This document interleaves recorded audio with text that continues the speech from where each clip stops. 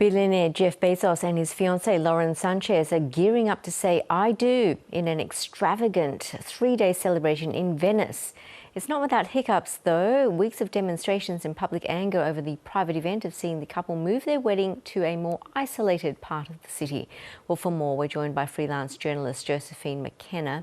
Joe, famous couples have married in Venice before, including George Clooney and his wife Amal, whose wedding was welcomed by locals in 2014. Why is Jeff Bezos's so controversial? Well, that's a great question. I think the mood in Venice was quite different 10 years ago, and there was something about the way that George Clooney and his wife Amal approached their wedding. It seemed to be very dignified, it seemed to be very elegant.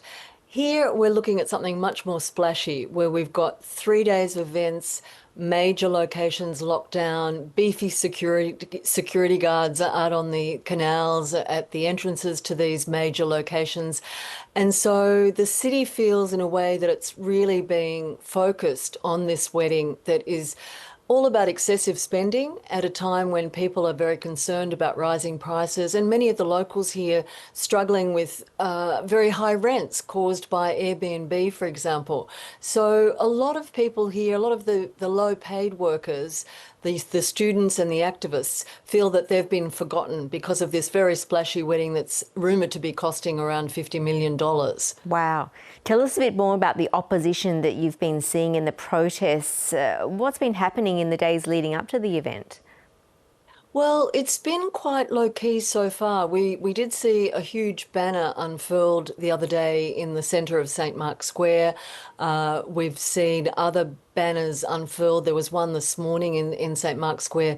Yesterday, I think there was a mannequin dummy of Jeff Bezos dressed, carrying wet cardboard boxes, Amazon boxes, and clutching dollar bills, and that was tossed into the Grand Canal. So that created a bit of a raucous. But I think the opposition groups are planning some surprises. I think we'll see some protests in the next few days.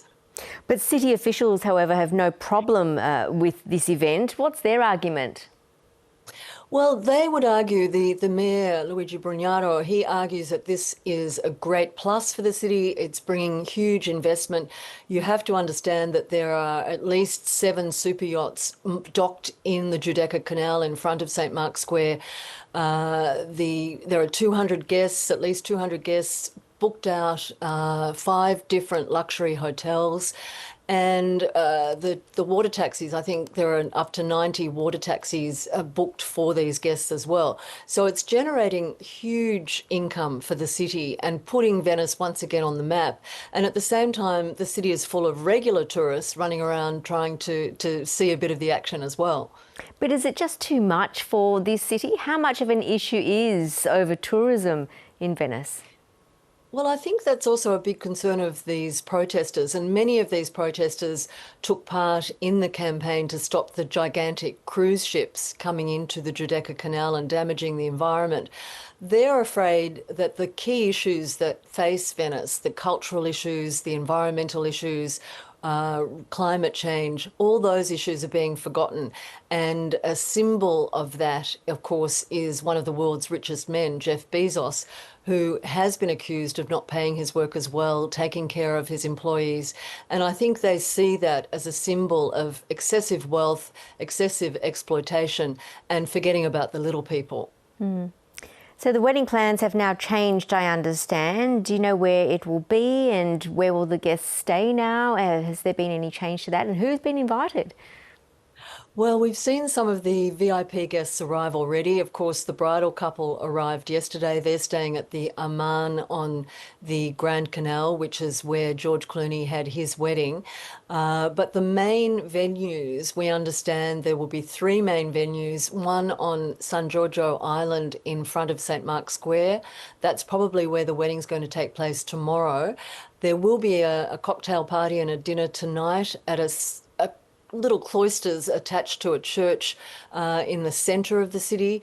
And then the big party on Saturday night, where Lady Gaga is rumoured to be entertaining the guests, will take place at what's called the Arsenale. They are the 15th century shipyards which were the centre of the old Venetian Republic. And I was just out there this morning. It looks like a fortress anyway, and now it's beefed up with security guards and even guards with dogs checking for explosives and anything else. There's a no drone zone, a no-fly zone over this area. And yes, you mentioned it, one of the locations was abandoned because it was considered to be a potential target for the protesters. So that arsenale, that shipyard, will be the key because it will be able to be completely locked down for those guests on Saturday night. Just finally, can you tell us what is the atmosphere like right now in Venice, and is it busier than usual? I'm guessing it is.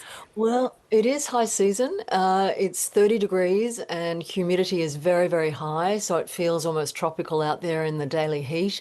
The sun is scorching, but I think the excitement is building. And I spoke to some shopkeepers today, and they're actually very excited. They think it's great for the city. They think it generates interest once again in such a beautiful historic location. They're proud of their city. I think they're just cautious, though, that it's not exploited for the wrong reasons and that some of that money is put back into the city.